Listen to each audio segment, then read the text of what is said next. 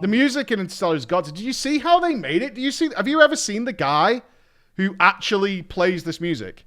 He looks like Bertie Bott's beans, man. And he's a fucking god. He's an absolute god. Extraordinary player. Did you see it? He looks like somebody you wouldn't let near your children, honestly, like visually, but he's a fucking legend. Pay any attention to the genre. Hans Zimmer wrote it, but the guy who plays it is a different dude. To engage Hans in a very pure creative process.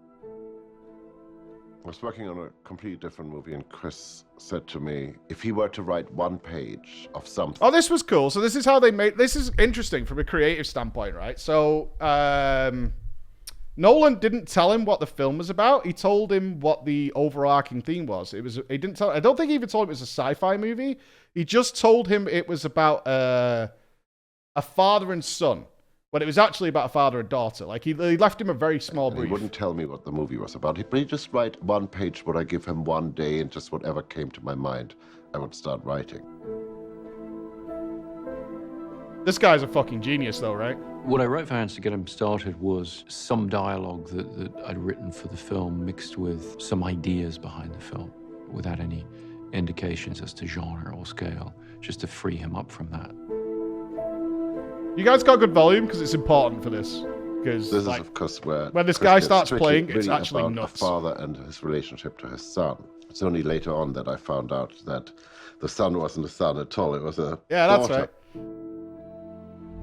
Oh, of course, because I wonder if he gave the names. I wrote this piece really about what it feels like to be a father and what it feels like to have a son, and I was writing about my son. When he played me the piece of music, which became the basis for the entire score, I thought it was absolutely perfect and captured the emotional qualities of the film that I wanted. And it was at that point that I told him that it was actually a large-scale science fiction film. I hadn't given him any clues about that. You know, it's not an action film. It's not Batman. It's not just did they go to a church in England? Yeah, I think it was. I listened to it extensively while I was finishing writing the script, and then when we were in production as well. We went to Temple Church in central London, and we set up a mobile recording system. Wait till Chadamus Prime shows up in a sec.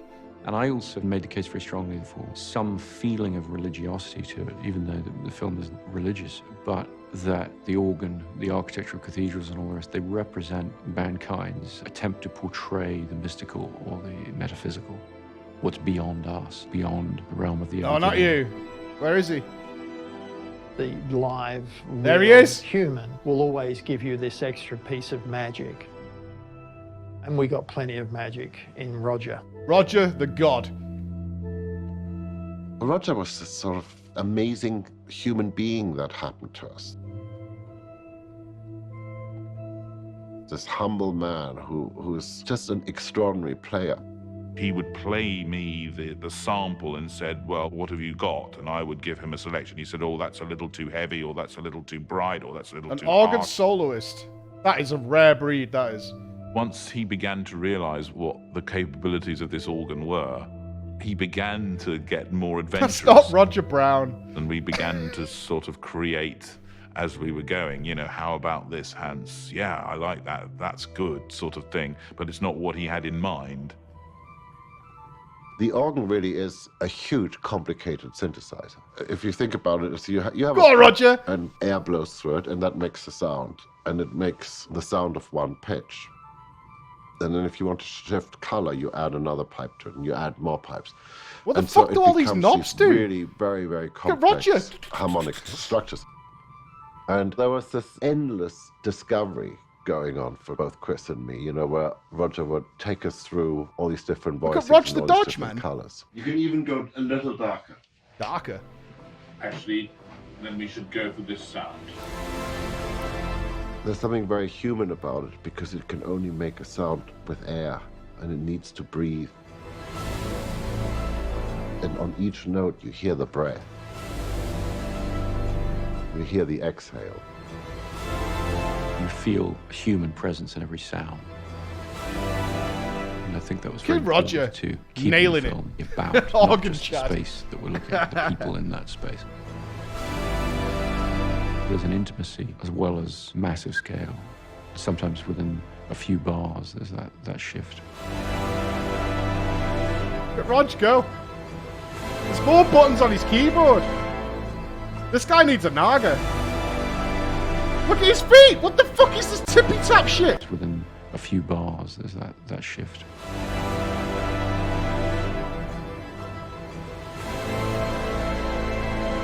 Look at him go!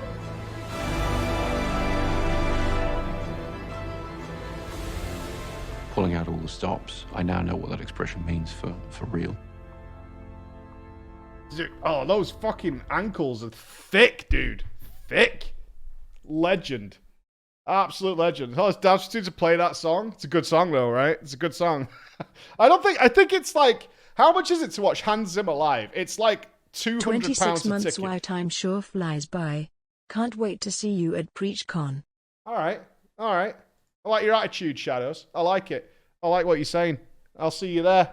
Oi, oi, oi, oi. Streamers to chat, yeah, for sure, man. But isn't it like 200, about 100 euros for the last time? It's a good concert, though. It's a good concert. I've watched some of it on the YouTube. I tried playing it for my kids once, and they were like, "This is so boring, Dad."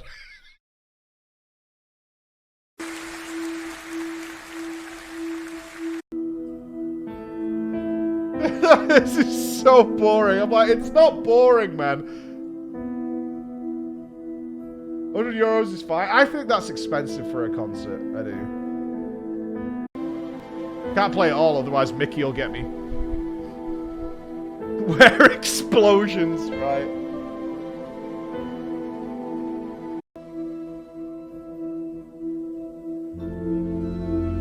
It's pretty boring. It's not, man.